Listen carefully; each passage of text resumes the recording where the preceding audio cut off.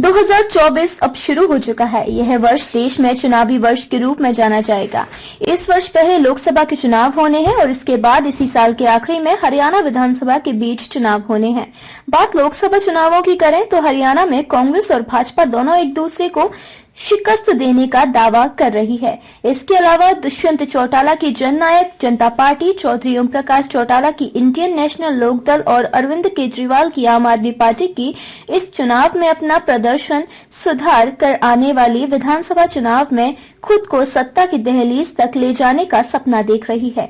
तीनों पार्टियों के अपने अपने दावे हैं। इंडियन नेशनल लोकदल ने अभय चौटाला के नेतृत्व में परिवर्तन यात्रा निकालकर पूरे प्रदेश का भ्रमण किया है। इस यात्रा को जबरदस्त सफलता भी मिली है। अभय चौटाला इस सफलता को वोट बैंक में कितना बदल पाते हैं यह तो समय बताएगा, लेकिन इतना जरूर है कि वर्तमान में हरियाणा विधानसभा में एकमात्र विधायक वाली पार्टी आज बड़ी गर्मजोशी के साथ 2024 में हरियाणा में सरकार बनाने का ख्वाब देख रही है। अभय चौटाला की खासियत यह है कि वह जितना भाजपा के खिलाफ बोलते हैं उतना ही कांग्रेस को भी अपने निशाने पर लेते हैं। चौधरी ओम प्रकाश चौटाला द्वारा किए गए कार्यों और अभय चौटाला के वादों को आगे रखकर पूरा परिवार एकजुटता के साथ आगे बढ़ने का प्रयास कर रहा है। केवल एक विधायक से किस प्रकार वह अगले साल सत्ता में आने का दम भर रहे हैं, इस बात का जवाब इनेलो की महिला नेत्री सुनैना चौटाला देती हैं। वह कहती हैं कि जब 2014 में भाजपा सत्ता में आई, उससे पहले हरियाणा में भाजपा के केवल 2 विधायक थे। सत्ता में आने के लिए पिछली विधानसभा में विधायकों की गिनती कोई मायने नहीं रखती। सत्ता में आने के लिए केवल उस समय लोगों का रुझान मायने रखता है। लोग किसे वोट देते हैं, लोग जिसे वोट देंगे वह सत्ता में आएगा। बहुत उनकी 16.25 आने बिल्कुल सही है। अब देखना यह है कि चौधरी ओम प्रकाश चौटाला और अभय चौटाला परिवार में आई टूटन के बाद पार्टी को हुए नुकसान की कितनी भरपाई कर पाते हैं और कितनी सीटें इनेलो के लिए जीत कर ले जाते हैं। बात अगर दुष्यंत चौटाला की करें तो जननायक जनता पार्टी वर्तमान में सत्ता में है। दुष्यंत चौटाला ने जो वादे किए थे सत्ता में आने के बाद वह उन पर खरा नहीं उतर पाए।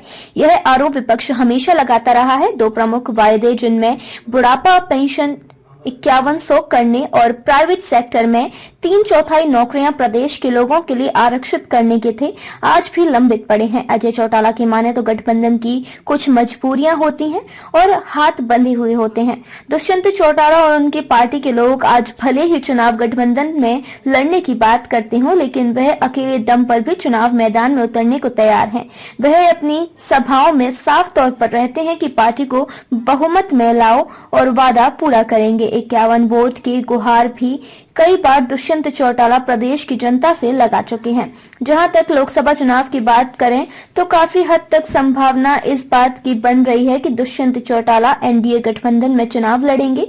भाजपा उन्हें 1 या 2 सीट देकर मना सकती है। इनमें पहली सीट भिवानी महेंद्रगढ़ और दूसरी सीट सिरसा हो सकती है। जहां तक सवाल अरविंद केजरीवाल की आम आदमी पार्टी का है तो पार्टी ने पिछले चुनाव भी लड़े हैं, लेकिन उनमें पार्टी को कोई सफलता हासिल नहीं हुई। लेकिन तब के और अब के राजनीतिक हालातों में दिन रात का अंतर है। आज हरियाणा के एक बड़े और बॉर्डर के साथ लगते राज्यों दिल्ली और पंजाब में आम आदमी पार्टी की सरकार है। हरियाणा में 1 लाख के करीब मतदाताओं को वह पार्टी में सीधा जोड़ चुकी है और उन्हें पदाधिकारी बना चुकी है। बूथ लेवल पर पार्टी काम कर रही है। लोकसभा चुनाव आम आदमी पार्टी को उसकी जमीनी सच्चाई दिखाने का काम करेगा।